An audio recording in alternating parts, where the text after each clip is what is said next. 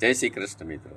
આજથી 5000 વર્ષ કે તેનાથી પણ વધારે વર્ષ પહેલાં મહાભારતના ધર્મયુદ્ધમાં કુરુક્ષેત્રના મેદાનમાં ભગવાન શ્રી કૃષ્ણ દ્વારા કહેવાયેલી દિવ્ય અને પવિત્ર વાણી એટલે કે શ્રીમદ ભગવદ્ ગીતા આજે માગસર મહિનાની મોક્ષદાય એકાદશી છે, એટલે કે ગીતા જન્મ જયંતિ છે। તો હાલો આપણે સૌ સાથે મળી અને ગીતા જન્મ જયંતિની ખાસ ધામધૂમપૂર્વક ઉજવણી કરીએ। ગીતાજીમાં ભગવાન દ્વારા ઉપદેશ આપવામાં આવ્યો છે કે વ્યક્તિ જીવનમાં ક્યારેય